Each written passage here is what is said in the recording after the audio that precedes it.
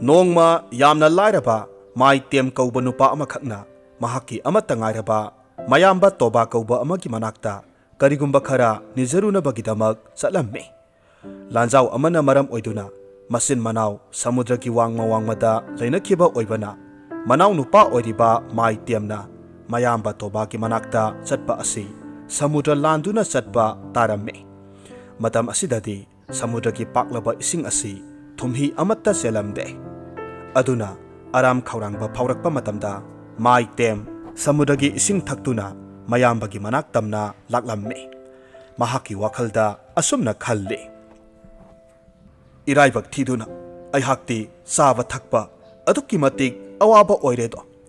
Sufam nompham oiba yaba sinpham amatasu phangdabana aihak sadabana loire. Aigi haibabu jahas asi khaktamak ngairedo. Samudra mayai asida nga phaduna hingjaramba adusu isorgi karamba thausilna no khangdre nga amata phauba phaba ngamkhidre. Aduga hojik aina iyambagi manakta satliba asisu iyamba adudagi asa athak sel thum kharata nijaruge khalibani. Adubu iyambana masibu matengbu pangbirakkadrane. Wakhal sing asida ungduna mai tem leptana asum laklamme. Torban yauraduna mayambagi leifam adu yaure. Makhongna laktuna mayambagi mayum yauraba aduda mayambagi manakta sangsillamme. Mahaki awapa pumnamak tamlamme. Mateng khara tawbiyu haijarubada minungsi leiraba mayamba aduna mahaki awaba adu ubire. Matamaduda maitem aduki matik harauраmme. Mayamba aduna mahakpu numit asimadi asa athak athum ahaw kayama pija pithak tawduna mabukning pelhallamme. Maitemsu nungaina hairiba numit adumadi lele. Adubu mathangi numit asidadi mahaksu mahaki maraipak maramdam aduda haningladuna asumna mayamba aduda hairamme. Yambung aihak ngasidi aigi iyumda hanjakrage. Yambunggi thaujalda aihak aduki matik penjare. Adubu yambung aihakna hankhraga aihakki mafam aduda sel taluba yananaba selpham kharatangdi pinabiyu. Yambunggi minungsi punsi chupa kauba ngamjaroi. Mahaki wafam aduda mayamba adu ngaihakti tuminna phamduna lei. Mataw aduda maitem nungnangba ama phauраmme. Mahakna hairuriba wafam asina mayamba aduda awaba amamuk thongatpirabra haina khalli. Aduna mahak masa mathanta karigidamak masibu hairuribano haina ningamdaba phauраmme. Asumna khanjana duna leiringai mayamba adu phuk haugatki imungda changki. Aduga ngaihak leiraba matungda khaujau amada arumba posak ama hapladuna puthorakpa uramme. Posak adu mahaki manakta thamladuna mayamba aduna asumna hairamme.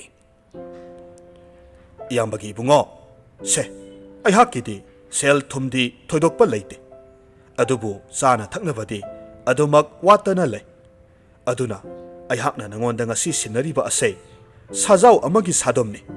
Masi puduna nahaki naraipak aduda dukan hangduna yoluro. Masina nahaki ahanba sel tanbagi haudukna pham sinpham oijaro. Mayambagi wafam asida ngasai makai nungnangba phauramba maitem maithong maka lami.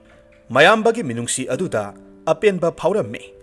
Mayambagi tobimal adu khanglabada maitem mayambada kaina bidai piramlaga sa yauba khaw adu puduna thorakle. Samudragi torban tamna lakpa asisu awaba ama oibana pothaduna leptana laklamme. Adubu wamaladuna ukhong amada ngaihak ngathaduna lamhang amada pothaduna leiringai mafam kadomdagino khanghaude. Ahal oiraba makhong nemba miyoi amakhak thoraklamme. Aduga manakta sangsilaktuna manatun aduna ahangba malang aduda sut namlaga asumna hairamme. Khongnem singidi sadum kaya saba sina apenba oijaido.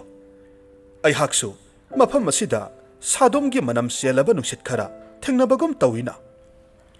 Miyoi aduki wata aduda maitem angakpa ama phauраmme.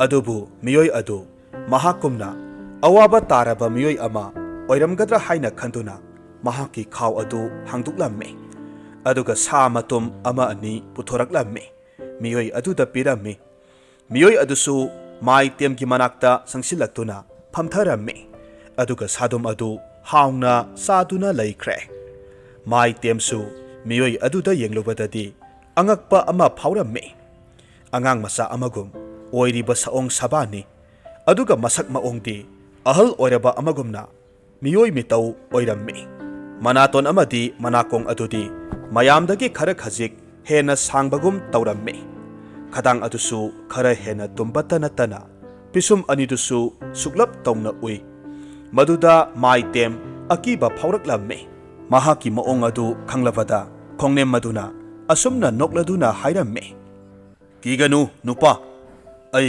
mafam asida leiba taibang miyoiba nakhoina akiba phawragadaba miyoiba manba khongnem haiba jiba makhal aduni aihakna mafam asida phawduna lakpa miyoi kayada miyoi sing adugi minungsi thaujal kayabu sangyeng tawi adubu amata mai pakhide nahakti aihaki apambabu yamna laina khangbiraduna aihaki apambabu thunghanbi madugidamak nangonda mana amadi soidana pigani wahai asi hek haiba loibaga mahakki pikhraba phurikhaw adudagi sapu amakhak lauthoraklamme sapu adu piraduna asumna hairamme yengo sapu asi asamba sapu natte nahakna hek pamjaba khudingmak sapu asida hairabadi loinamak phangdoribani adubune nahakna khangadabadi apambadu hek haiba loibaga hek phanglaba matungda sapugi thong nahak thinglo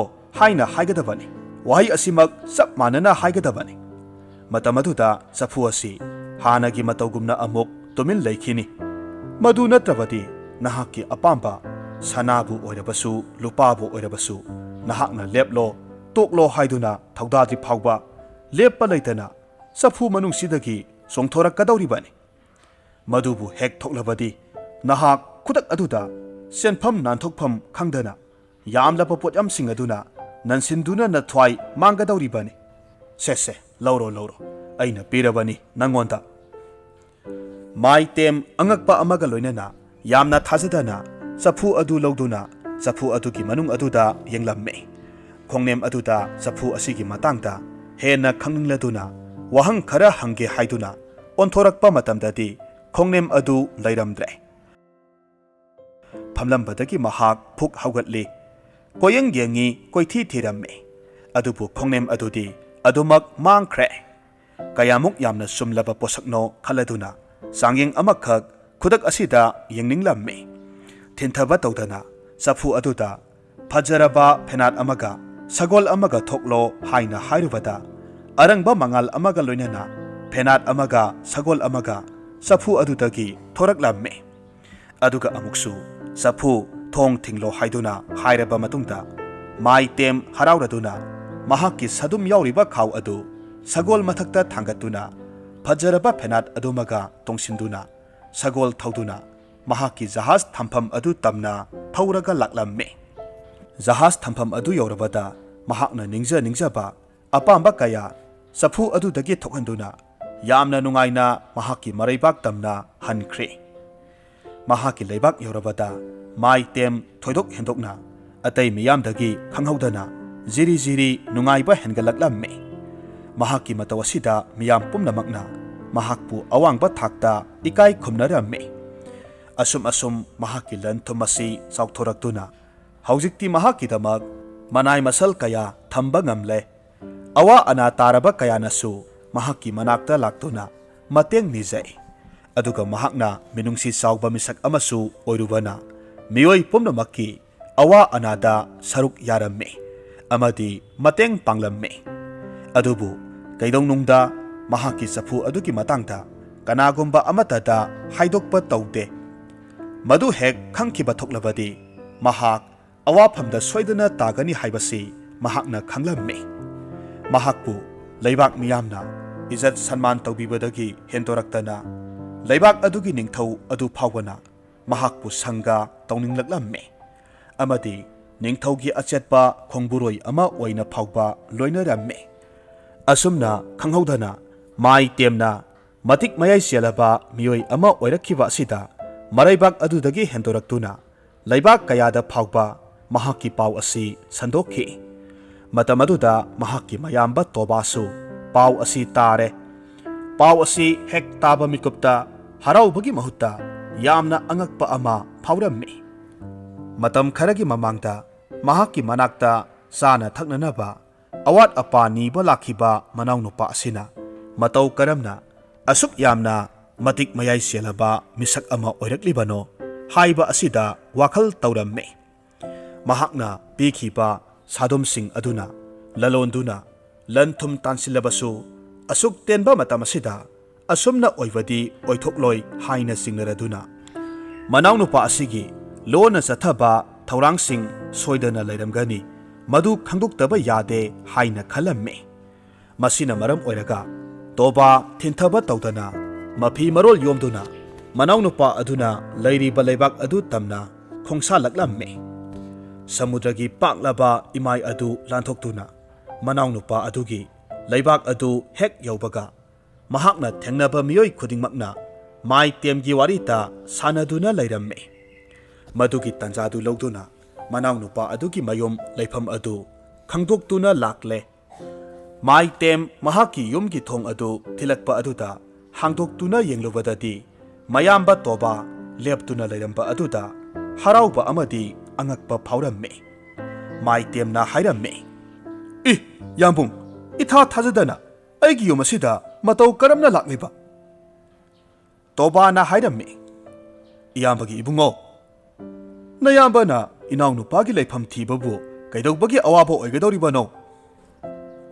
ꯆꯪꯕꯤꯔꯛꯑꯣ ꯌꯥꯝꯕꯨꯡ, ꯑꯩꯍꯥꯛꯀꯤ ꯁꯪꯒꯥꯏ ꯑꯁꯤꯗ ꯅꯨꯡꯉꯥꯏꯅ ꯂꯩꯕꯤꯌꯨ꯫ ꯅꯅꯥꯎ ꯌꯥꯝꯕꯨꯡꯒꯤ ꯁꯦꯕꯥ ꯃꯇꯤꯛ ꯆꯥꯅ ꯇꯧꯖꯒꯦ." ꯑꯁꯤ ꯍꯥꯏꯔꯗꯨꯅ ꯃꯍꯥꯛꯀꯤ ꯃꯅꯥꯏ ꯃꯁꯜ ꯈꯔꯗ ꯏꯪꯒꯤꯠ ꯇꯧꯗꯨꯅ ꯑꯆꯥ ꯑꯊꯛ ꯀꯌꯥ ꯄꯨꯊꯣꯛꯍꯜꯂꯝꯃꯤ꯫ ꯄꯨꯟꯅ ꯐꯝꯃꯤꯟꯅꯩ ꯑꯗꯨꯒ ꯆꯥꯃꯤꯟ ꯊꯛꯃꯤꯟꯅꯩ꯫ ꯀꯣꯅꯨꯡꯒꯨꯝꯅ ꯂꯩꯔꯝꯂꯤꯕ ꯃꯇꯧ ꯑꯁꯤꯗ ꯍꯔꯥꯎꯕ ꯄꯦꯟꯖꯕꯒꯤ ꯃꯍꯨꯠ ꯇꯣꯕꯥ ꯀꯂꯛꯄ ꯑꯃꯗꯤ ꯐꯠꯇ ꯂꯧꯁꯤꯡ ꯐꯥꯎꯕ ꯍꯧꯔꯛꯂꯦ꯫ ꯃꯇꯧ ꯀꯔꯝꯅ ꯐꯤꯚꯝ ꯑꯁꯤ ꯑꯣꯏꯔꯝꯂꯤꯕꯅꯣ ꯈꯪꯅꯤꯡꯂꯗꯨꯅ ꯐꯠꯇꯕ ꯂꯧꯁꯤꯡ ꯑꯗꯨ ꯁꯥꯟꯅꯕ ꯍꯧꯔꯛꯂꯝꯃꯤ꯫ "ꯏꯌꯥꯝꯕꯒꯤ ꯏꯕꯨꯡꯉꯣ, ꯅꯍꯥꯛꯇꯤ ꯃꯇꯧ ꯀꯔꯝꯅ ꯑꯁꯨꯛ ꯌꯥꯝꯅ ꯁꯦꯜ ꯄꯥꯏꯔꯝꯂꯤꯕꯅꯣ? ꯅꯍꯥꯛꯄꯨ ꯑꯩꯅ ꯄꯤꯈꯤꯕ ꯁꯥꯗꯣꯝꯁꯤꯡ ꯑꯗꯨꯅ ꯂꯂꯣꯟꯗꯨꯅ ꯇꯞꯅ ꯇꯞꯅ ꯃꯁꯤꯒꯤ ꯐꯤꯚꯝ ꯑꯁꯤ ꯌꯧꯍꯜꯂꯛꯂꯤꯕ꯭ꯔꯥꯅꯦ?" ꯃꯥꯏ ꯇꯦꯝꯅ ꯈꯨꯝꯂꯛꯂꯝꯃꯤ, "ꯌꯥꯝꯕꯨꯡ, ꯍꯣꯠꯅꯕꯕꯨ ꯀꯜꯂꯕꯗꯤ ꯃꯁꯤ ꯍꯦꯛꯇꯃꯛ ꯑꯣꯏꯕꯖꯥꯠꯅꯤꯗ꯫ ꯑꯆꯥ ꯑꯊꯛꯁꯤꯡꯁꯦ ꯑꯃꯨꯛꯇ ꯍꯥꯟꯅ ꯆꯥꯁꯤꯟꯕꯤꯌꯨ꯫ ꯑꯩꯍꯥꯛꯀꯤ ꯌꯨꯝ ꯑꯁꯤ ꯀꯣꯏꯅ ꯆꯠꯇꯨꯅ ꯌꯦꯡꯃꯤꯟꯅꯔꯨꯁꯤ꯫ ꯑꯩꯍꯥꯛꯅꯁꯨ ꯌꯥꯝꯕꯨꯡꯗ ꯑꯃꯨꯛꯇꯪ ꯎꯠꯆꯅꯤꯡꯗꯨꯅ ꯂꯩꯔꯝꯂꯤꯕꯅꯤ." ꯑꯁꯨꯝꯅ ꯃꯈꯣꯏ ꯑꯅꯤ ꯌꯨꯝ ꯑꯁꯤꯒꯤ ꯀꯥ ꯃꯊꯪ ꯃꯊꯪ ꯆꯪꯗꯨꯅ ꯑꯁꯨꯝ ꯌꯦꯡꯗꯨꯅ ꯂꯥꯛꯃꯤꯟꯅꯩ꯫ ꯇꯣꯕꯥꯗꯤ ꯂꯩꯔꯝꯂꯤꯕ ꯁꯅꯥꯒꯤ ꯎꯄꯨ, ꯁꯅꯥꯒꯤ ꯀꯥꯡꯊꯣꯜ ꯑꯃꯗꯤ ꯐꯖꯔꯕ ꯍꯩ ꯂꯩꯇꯅ ꯂꯩꯇꯦꯡꯂꯕ ꯌꯨꯝ ꯑꯗꯨ ꯎꯕꯗ ꯃꯃꯤꯠ ꯀꯨꯞꯀꯅꯤ ꯀꯥꯎꯈ꯭ꯔꯦ꯫ ꯑꯗꯨꯕꯨ ꯃꯌꯥꯝꯁꯤꯡ ꯑꯁꯤꯒꯤ ꯃꯔꯛꯇ ꯀꯥꯆꯤꯟ ꯑꯃꯗ ꯃꯟꯖꯨꯅꯔꯕ ꯆꯐꯨ ꯑꯃꯈꯛ ꯈꯤꯟꯗꯨꯅ ꯂꯩꯔꯝꯕ ꯑꯗꯨ ꯇꯣꯕꯥꯅ ꯎꯔꯨꯔꯦ꯫ ꯆꯪꯁꯤꯟꯗꯨꯅ ꯌꯦꯡꯂꯨꯕ ꯃꯇꯝꯗꯁꯨ ꯃꯅꯨꯡꯗ ꯀꯔꯤꯃꯠꯇ ꯌꯥꯎꯗꯦ, ꯏꯍꯥꯡ ꯍꯥꯡꯅ ꯑꯗꯨꯃꯛ ꯂꯩꯔꯝꯃꯤ꯫ ꯃꯗꯨ ꯎꯕꯗ ꯌꯥꯝꯅ ꯆꯤꯡꯅꯅ ꯑꯁꯨꯝꯅ ꯍꯪꯂꯛꯈꯤ, "ꯀꯔꯤꯅꯣ?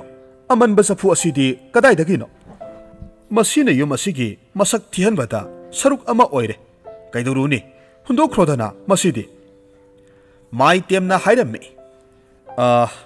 "ꯌꯥꯝꯕꯨꯡꯒꯤ ꯅꯥꯛꯇ ꯂꯥꯛꯂꯝꯕ ꯅꯨꯃꯤꯠ ꯑꯗꯨꯗꯒꯤ ꯑꯩꯍꯥꯛꯅ ꯂꯃꯈꯥꯡꯗ ꯈꯨꯜꯂꯛꯈꯤꯕ ꯆꯐꯨꯅꯤ꯫ ꯅꯤꯡꯁꯤꯡ ꯈꯨꯗꯝ ꯑꯣꯏꯁꯅꯨ ꯍꯥꯏꯗꯅ ꯄꯨꯔꯛꯈꯤꯕꯅꯤ꯫ ꯑꯗꯨꯝ ꯂꯩꯁꯅꯨꯗ." ꯇꯣꯕꯥ ꯍꯦꯟꯅ ꯆꯤꯡꯅꯕ ꯑꯃ ꯐꯥꯎꯔꯛꯂꯝꯃꯤ꯫ ꯈꯨꯗꯛꯇ ꯃꯍꯥꯛꯀꯤ ꯃꯐꯝꯗ ꯁꯤꯟꯅꯕ ꯉꯝꯃꯣꯏꯗꯕ ꯄꯣꯠꯁꯛ ꯑꯃꯈꯛ ꯃꯅꯥꯎꯅꯨꯄꯥ ꯑꯁꯤꯗ ꯍꯥꯏꯔꯒꯦ ꯍꯥꯏꯅ ꯈꯟꯗꯨꯅ ꯑꯁꯨꯝꯅ ꯍꯥꯏꯔꯛꯈꯤ, "ꯏꯌꯥꯝꯕꯒꯤ ꯏꯕꯨꯡꯉꯣ, ꯑꯩꯍꯥꯛ ꯍꯌꯦꯡ ꯑꯗꯨꯃꯛ ꯍꯟꯈꯤꯒꯦ꯫ ꯑꯗꯨꯕꯨꯅꯦ, ꯅꯍꯥꯛꯀꯤ ꯑꯁꯨꯛ ꯅꯨꯡꯉꯥꯏꯕ ꯄꯨꯟꯁꯤ ꯑꯁꯤꯗꯒꯤ ꯑꯩꯍꯥꯛꯀꯤ ꯑꯄꯥꯝꯕ ꯑꯃꯇꯪꯗꯤ ꯅꯤꯗꯨꯅ ꯄꯨꯖꯈꯤꯒꯦ ꯍꯥꯏꯕꯕꯨ ꯅꯍꯥꯛꯅ ꯄꯤꯕ ꯉꯝꯂꯣꯏꯗꯧꯔꯤꯕ ꯖꯥꯠꯂꯥ?" ꯃꯥꯏ ꯇꯦꯝꯅ ꯍꯥꯏꯔꯝꯃꯤ, "ꯍꯥꯏꯕꯤꯌꯨ ꯌꯥꯝꯕꯨꯡ, ꯃꯇꯝ ꯀꯨꯏꯔꯕꯒꯤ ꯃꯃꯥꯡꯗ ꯌꯥꯝꯕꯨꯡꯕꯨ ꯑꯃꯨꯛꯇꯪ ꯂꯃꯟ ꯁꯤꯡꯕ ꯁꯛꯄ ꯑꯣꯏꯅ ꯃꯇꯦꯡ ꯇꯧꯖꯒꯦ ꯈꯟꯅ ꯉꯥꯏꯖꯔꯛꯂꯤꯕꯅꯤ꯫ ꯑꯄꯥꯝꯕꯗꯣ ꯆꯤꯡꯅꯗꯅ ꯍꯦꯛꯇꯃꯛ ꯍꯥꯏꯕꯤꯌꯨ."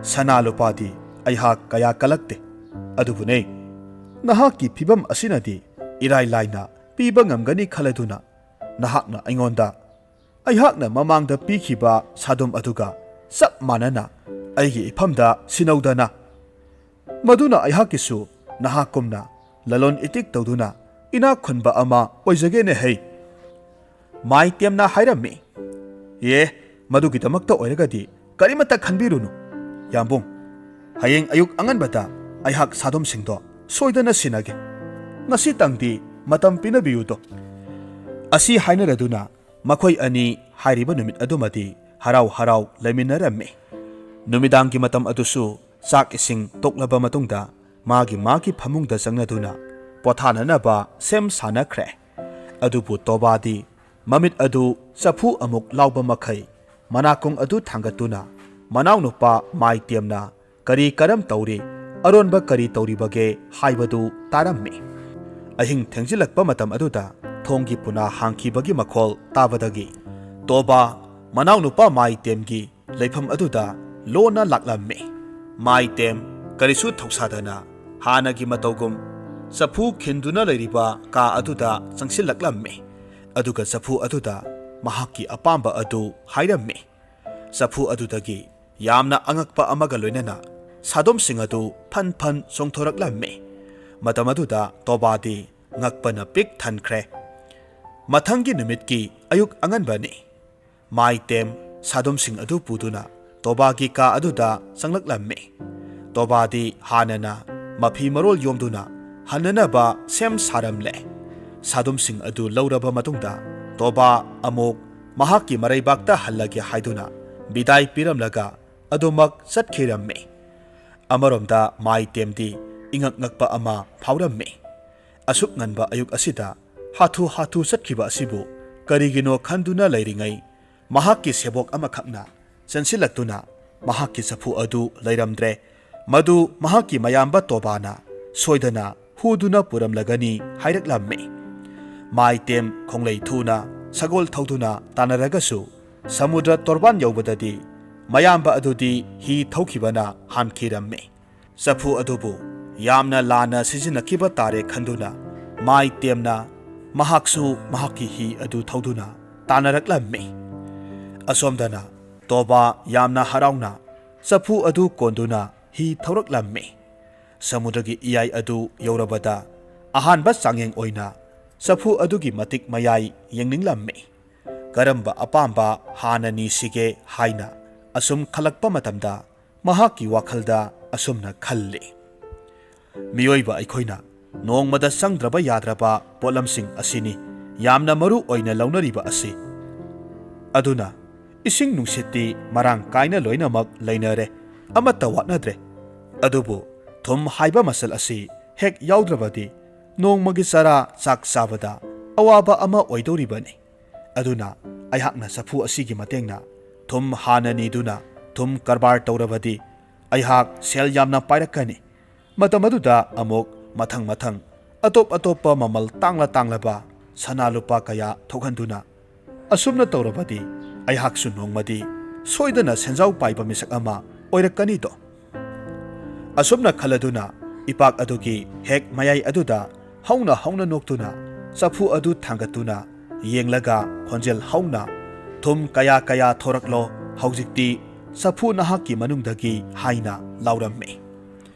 ꯃꯇꯝ ꯑꯁꯤꯗ ꯆꯐꯨ ꯑꯗꯨꯒꯤ ꯃꯅꯨꯡꯗꯒꯤ ꯊꯨꯝꯀꯌꯥ ꯖꯔ ꯖꯔ ꯍꯩꯊꯔꯛꯂꯝꯃꯤ ꯑꯗꯨꯕꯨ ꯂꯦꯞꯄ ꯂꯩꯇꯅ ꯍꯩꯊꯔꯛꯄꯅ ꯃꯍꯥꯛꯀꯤ ꯆꯥꯎ ꯁꯥꯡꯂꯕ ꯍꯤ ꯑꯗꯨ ꯊꯨꯝꯇꯅ ꯄꯤꯛ ꯊꯟꯈ꯭ꯔꯦ ꯃꯇꯝ ꯑꯗꯨꯗ ꯍꯤꯕꯥꯟ ꯑꯗꯨꯗꯤ ꯏꯁꯤꯡꯒꯤ ꯏꯃꯥꯏꯅ ꯊꯛ ꯊꯛ ꯌꯩꯕꯗ ꯏꯃꯥꯏ ꯆꯣꯜꯂꯦ ꯉꯁꯥꯏ ꯃꯈꯩ ꯅꯨꯡꯉꯥꯏꯔꯕ ꯑꯁꯥ ꯑꯃꯗ ꯅꯨꯡꯉꯥꯏꯅ ꯂꯩꯔꯝꯕ ꯇꯣꯕꯥ ꯊꯨꯝ ꯀꯌꯥꯁꯤꯡ ꯑꯗꯨꯅ ꯃꯍꯥꯛꯀꯤ ꯍꯤ ꯑꯗꯨ ꯂꯨꯞꯀꯗꯧꯔꯦ ꯍꯥꯏꯕ ꯋꯥꯈꯜ ꯂꯥꯛꯂꯦ ꯈꯨꯗꯛ ꯑꯗꯨꯗ ꯊꯨꯝ ꯆꯐꯨ ꯑꯗꯨ ꯊꯨꯝ ꯄꯨꯊꯣꯔꯛꯄ ꯂꯦꯞꯅꯅꯕ ꯍꯣꯠꯅꯔꯕꯁꯨ ꯎꯄꯥꯏ ꯂꯩꯇ꯭ꯔꯦ ꯊꯋꯥꯏ ꯊꯥꯒꯗꯧꯔꯕ ꯇꯣꯕꯥ ꯁꯥꯎꯅꯤꯡꯕꯅ ꯍꯦꯟꯃꯟꯈꯤꯗꯨꯅ ꯆꯐꯨ ꯑꯗꯨ ꯊꯨꯒꯥꯏꯔꯝꯃꯤ ꯑꯗꯨꯕꯨ ꯑꯉꯛꯄꯅꯤ ꯆꯐꯨ ꯑꯗꯨꯒꯤ ꯃꯅꯨꯡ ꯑꯗꯨꯗꯒꯤ ꯂꯦꯞꯄ ꯂꯩꯇꯅ ꯊꯨꯝ ꯑꯗꯨꯃꯛ ꯊꯣꯔꯛꯂꯝꯃꯤ ꯃꯃꯩꯊꯪꯗ ꯇꯣꯕꯥ ꯑꯃꯗꯤ ꯃꯍꯥꯛꯀꯤ ꯍꯤ ꯑꯗꯨ ꯁꯃꯨꯗ꯭ꯔ ꯏꯔꯣꯜꯅꯨꯡꯗ ꯂꯨꯞꯈꯤꯔꯝꯃꯤ ꯏꯔꯣꯜꯅꯨꯡꯗ ꯂꯨꯞꯈ꯭ꯔꯕ ꯑꯁꯤ ꯐꯥꯎꯕꯗꯁꯨ safu adudagi thum thorakpadi leplamde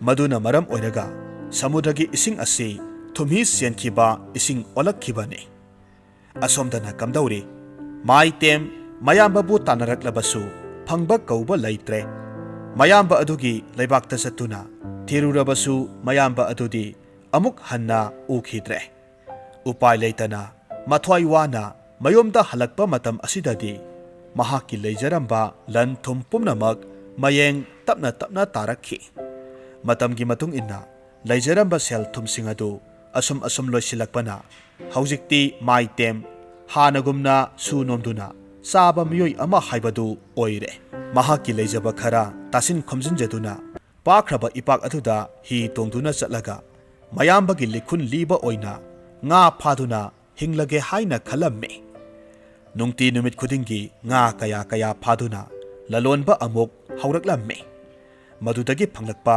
sendongna mahaki imung adumati yamna nungaina hinglamme adubu nongmadi asum tho'u haiduna thokre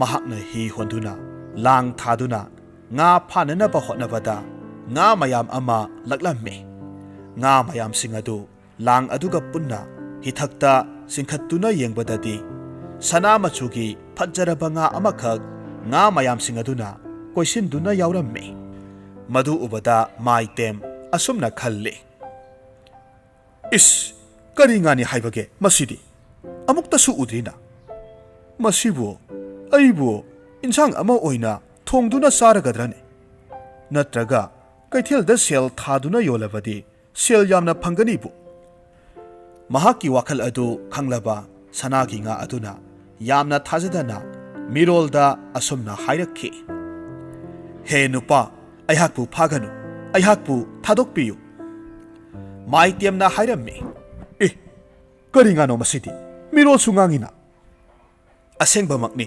aihakpu thadokpiyu aihakpu hek thadokpirabadi nahaki aningba apamba amadi aihakna soidana thunghangani phare nahakna madu ngamgadabo oiragadi nahakna aihaki iyamba adugi laifam takpa ngamgadra mahaka unahanba ngamgadra nahaki nayamba adudi samudragi irol nungda mahakna tawjaruba mihok saubagi papna kuptuna thamkhre mahakpu amuk hanna uba phanglaroido maitemna hairamme mahakna aihaki mitrangi hi yai selaba chafu amakhak huranduna pukhre madubu aihakna thinanaba honabada haujikti aihak lairare pattatna lairabaga pangkhak oire aduna lemlei nga kaya phaduna aihaki punsi lambi ama thijaribani nahaknasu aihaki apamba ama pibigani haina wasak piraga haujikna ngamdre aduna phare aihaki di thoina khetnaba leitrabanina nahaksu nahaki sangsar aduda tinjakro nahaki apamba aihakna pidabagi damakta aihak ngasidagi nahaki taloi oina leiduna nahaki awaba khudingmak aihakna menkhatpiduna nungai hallage maitem sanagi nga aduna khanghaudana phajjaraba nupi ama onthorakpa asidadi machindagi wahai amata phauba thokhidre mamit aniduna nupi aniduda mitpham amata hongdana yengduna adum lairingai nga nupi aduna makha taraklamme aihakni ipak asigi lairimbi haibado aihaki imingdi debarani kawi aihak sahi kaya irolung asida nungaina ining ikhatamna lenjarakpani adubu nahaki nayamba adugi mihok saubana taw aduna taruba laija ising pumnamak thumhi senba olhankhre masina maram oiraga aihak ising manung asida leibada awaba ama oire aduna aihak nahaki taloi oiduna matam kharadi kangphalgi sangsar asida tillage haina khalle lairembi asigi wafam asi tabada maitem harauna yare mahaki punsida hi yai selaba safu adu mangkhrabasu madugi mahut ama oina madudagi tadaba khudol ama oina lairembi ama mahaki taloi oina phanglani khalubada mathamoinungda aduki matik harauramme matawasumna makhoi ani awa nungai saruk yaminaduna Moirangthemgi yum aduda leiminnaraklammi. Moirangthemnasu mahakki taloi adubu adukki matik nungsijarammi. Aduga Debaraninasu mapuroibabu isormakni khanjarammi. Matamgi matung inna makhoi anigi nungsiraba masanupa ama phangjare. Masanupa aduki maming Shankar haina tholammi. Nongma nongmagi asum chawraktuna haujikti Shankar sahi 7-9 sujilakle. Matamasidasu Moirangthem ipak aduda satuna nga adumak phaduna lalonduna lele. Aduga mahakki nupi Debaranina yumgi thabak inkhang pumnamak tawhaurammi.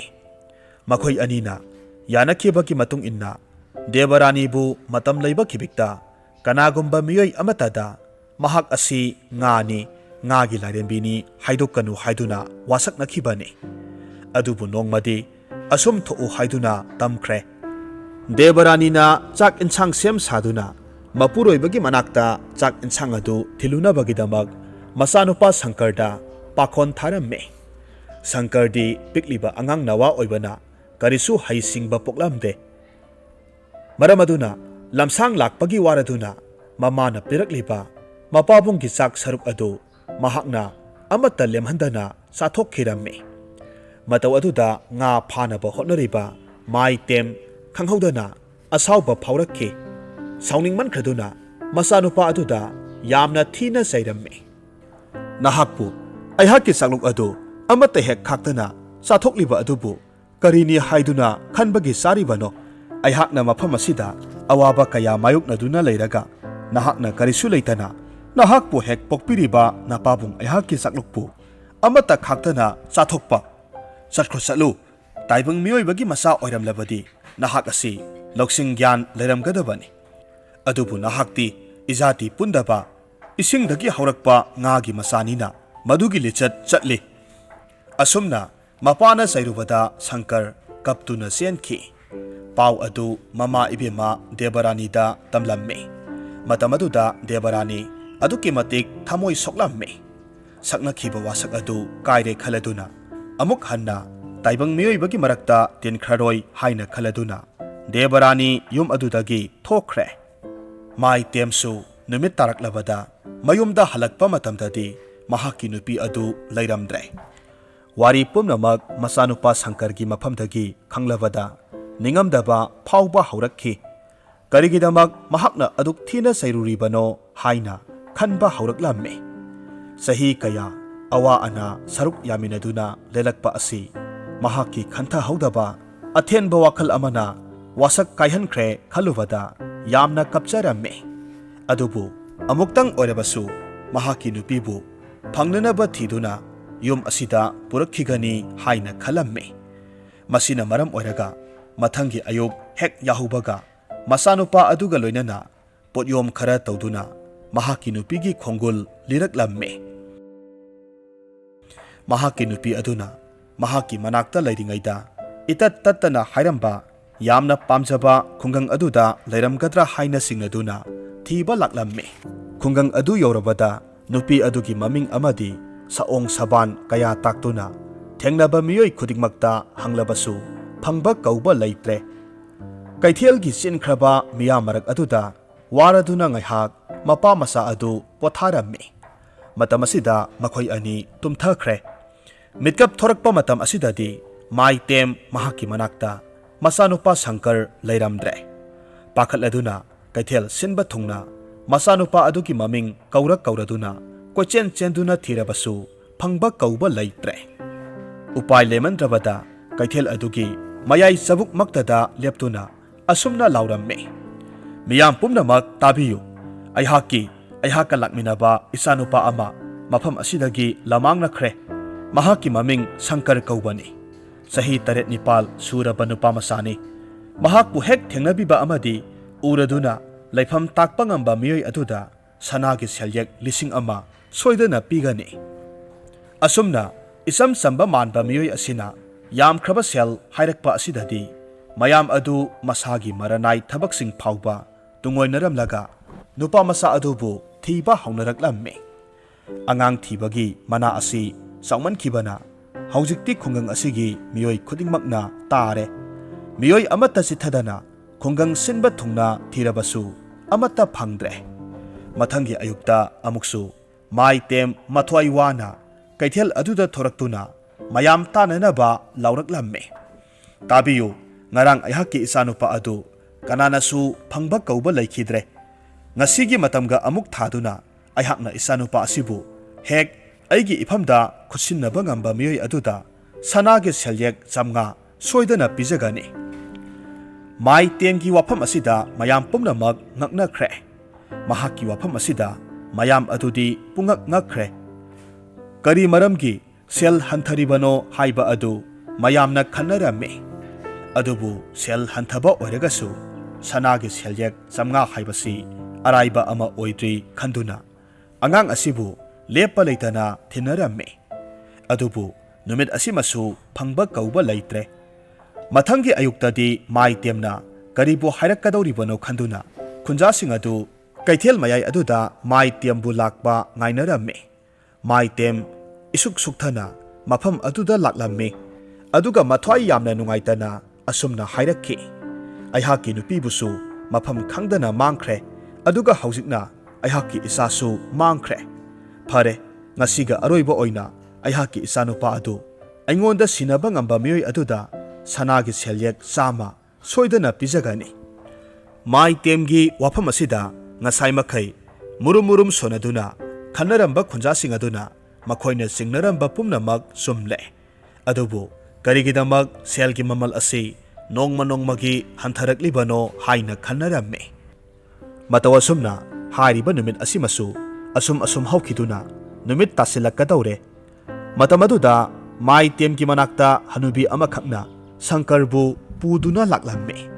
ꯑꯗꯨꯒ ꯍꯥꯏꯔꯝꯃꯤ, ꯏꯕꯨꯡꯉꯣ, ꯃꯁꯤꯗ ꯂꯩꯔꯦ ꯅꯍꯥꯛꯀꯤ ꯅꯆꯥꯅꯨꯄꯥ ꯍꯥꯏꯕꯗꯣ꯫ ꯃꯥꯏꯇꯦꯝ ꯍꯔꯥꯎꯕꯒꯤ ꯄꯟꯈꯩ ꯂꯩꯈꯤꯗ꯭ꯔꯦ꯫ ꯃꯆꯥꯅꯨꯄꯥ ꯑꯗꯨꯕꯨ ꯀꯣꯟꯗꯨꯅ ꯀꯞꯆꯔꯝꯃꯤ꯫ ꯃꯍꯥꯛꯀꯤ ꯅꯨꯄꯤꯅ ꯃꯍꯥꯛꯄꯨ ꯃꯤꯔꯥꯏꯗꯨꯅ ꯆꯠꯈꯤꯕ ꯑꯗꯨꯒꯤ ꯆꯩꯊꯦꯡ ꯄꯨꯝꯅꯃꯛ ꯑꯗꯨ ꯃꯆꯥꯅꯨꯄꯥ ꯑꯗꯨ ꯐꯪꯂꯕ ꯑꯗꯨꯗ ꯑꯄꯦꯟꯕ ꯐꯣꯡꯗꯣꯛꯆꯔꯝꯃꯤ꯫ ꯃꯇꯝ ꯑꯗꯨꯗ ꯍꯅꯨꯕꯤ ꯑꯗꯨꯅ ꯃꯆꯥꯅꯨꯄꯥ ꯑꯗꯨꯕꯨ ꯀꯌꯥꯒꯤ ꯃꯇꯤꯛ ꯂꯨꯅ ꯈꯟꯖꯩ ꯍꯥꯏꯕꯗꯨ ꯃꯍꯥꯛꯅ ꯈꯪꯂꯝꯃꯤ꯫ ꯑꯗꯨꯕꯨ ꯀꯔꯤꯒꯤꯗꯃꯛ ꯁꯦꯜꯒꯤ ꯃꯃꯜ ꯑꯗꯨ ꯇꯥꯈ꯭ꯔꯤꯕꯅꯣ ꯍꯥꯏꯗꯨꯅ ꯍꯅꯨꯕꯤꯗꯨꯅ ꯍꯪꯂꯨꯕꯗ ꯃꯥꯏꯇꯦꯝꯅ ꯑꯁꯨꯝꯅ ꯈꯨꯝꯂꯛꯈꯤ, ꯑꯍꯥꯟꯕꯗ ꯑꯩꯍꯥꯛꯀꯤ ꯏꯆꯥꯅꯨꯄꯥ ꯑꯁꯤꯅ ꯃꯥꯡꯈꯤꯕ ꯅꯨꯃꯤꯠ ꯑꯗꯨꯗ ꯅꯍꯥꯛꯅ ꯊꯦꯡꯅꯕꯤꯕ ꯑꯣꯏꯔꯕꯗꯤ ꯃꯇꯝ ꯑꯗꯨꯗ ꯏꯆꯥꯅꯨꯄꯥ ꯑꯗꯨ ꯆꯥꯎ ꯊꯛꯎ ꯑꯃꯠꯇ ꯌꯥꯔꯝꯃꯣꯏ꯫ ꯅꯍꯥꯛꯅ ꯐꯅ ꯁꯦꯕꯥ ꯇꯧꯔꯕꯁꯨ ꯃꯗꯨ ꯆꯨꯝꯕ꯭ꯔꯥ?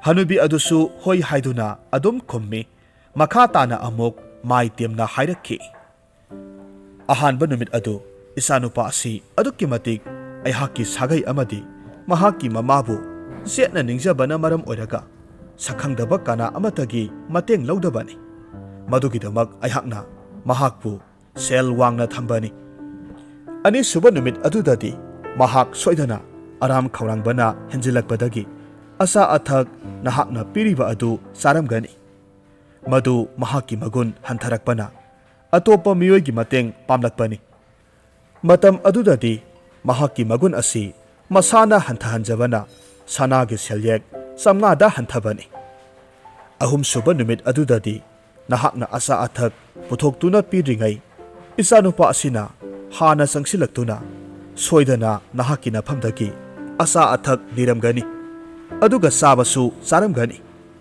ꯃꯇꯝ ꯑꯗꯨꯗꯗꯤ ꯃꯍꯥꯛ ꯃꯁꯥꯅ ꯃꯁꯥꯕꯨ ꯊꯥꯛ ꯌꯥꯝꯅ ꯍꯟꯊꯅ ꯆꯥꯛꯅꯤꯕ ꯑꯃꯒꯨꯝ ꯑꯣꯏꯖꯔꯦ ꯈꯟꯖꯔꯤꯕꯅꯤ꯫ ꯃꯗꯨꯒꯤꯗꯃꯛꯇ ꯑꯩꯍꯥꯛꯅ ꯁꯅꯥꯒꯤ ꯁꯦꯜꯌꯦꯛ 100ꯗ ꯍꯟꯊꯕꯅꯤ꯫ ꯑꯗꯨꯕꯨ ꯍꯧꯖꯤꯛꯇꯤ ꯏꯆꯥ ꯐꯪꯂꯦ, ꯑꯗꯨꯅ ꯃꯍꯥꯛꯀꯤ ꯃꯃꯜ ꯑꯗꯨ ꯑꯩꯍꯥꯛꯅ 100ꯗ ꯍꯥꯏꯖꯔꯕꯁꯨ ꯏꯆꯥꯗꯒꯤ ꯍꯦꯟꯕ ꯀꯔꯤꯁꯨ ꯂꯩꯇꯦ꯫ ꯑꯗꯨꯅ ꯅꯍꯥꯛꯀꯤ ꯑꯄꯥꯝꯕꯗꯣ ꯍꯥꯏꯔꯣ, ꯑꯩꯍꯥꯛꯅ ꯁꯣꯏꯗꯅ ꯄꯤꯒꯅꯤ꯫ ꯋꯥꯍꯩꯁꯤꯡ ꯑꯁꯤ ꯇꯥꯔꯨꯕꯗ ꯉꯁꯥꯏ ꯃꯈꯩ ꯇꯨꯃꯤꯟꯅ ꯃꯉꯛ ꯅꯣꯝꯗꯨꯅ ꯇꯥꯔꯝꯕ ꯑꯍꯜ ꯅꯨꯄꯤ ꯑꯗꯨ ꯃꯄꯤ ꯇꯞꯅ ꯇꯞꯅ ꯆꯤꯟꯊꯔꯛꯂꯝꯃꯤ꯫ ꯃꯄꯤꯁꯤꯡ ꯑꯗꯨꯅ ꯇꯞꯅ ꯇꯞꯅ ꯃꯃꯥꯏ ꯃꯃꯤꯠ ꯍꯛꯆꯥꯡ ꯄꯨꯝꯅꯃꯛ ꯆꯥꯝꯊꯣꯛꯈꯤꯗꯨꯅ ꯃꯍꯥꯛꯀꯤ ꯅꯨꯄꯤ ꯗꯦꯕꯔꯥꯅꯤ ꯑꯣꯟꯊꯣꯛꯈꯤꯔꯝꯃꯤ꯫ ꯃꯇꯝ ꯑꯗꯨꯗ ꯃꯥꯏꯇꯦꯝꯗꯤ ꯊꯥꯖꯗꯕꯅ ꯈꯝ ꯊꯦꯡꯈ꯭ꯔꯦ꯫ ꯗꯦꯕꯔꯥꯅꯤꯅ ꯑꯁꯨꯝꯅ ꯍꯥꯏꯔꯝꯃꯤ, ꯑꯩꯍꯥꯛ ꯃꯐꯝ ꯑꯁꯤꯗ ꯂꯣꯠꯇꯨꯅ ꯂꯩꯕꯅꯤ꯫ ꯅꯍꯥꯛꯅ ꯑꯩꯍꯥꯛꯄꯨ ꯁꯣꯏꯗꯅ ꯊꯤꯕ ꯂꯥꯛꯀꯅꯤ ꯈꯪꯗꯨꯅ ꯃꯐꯝ ꯑꯁꯤꯗ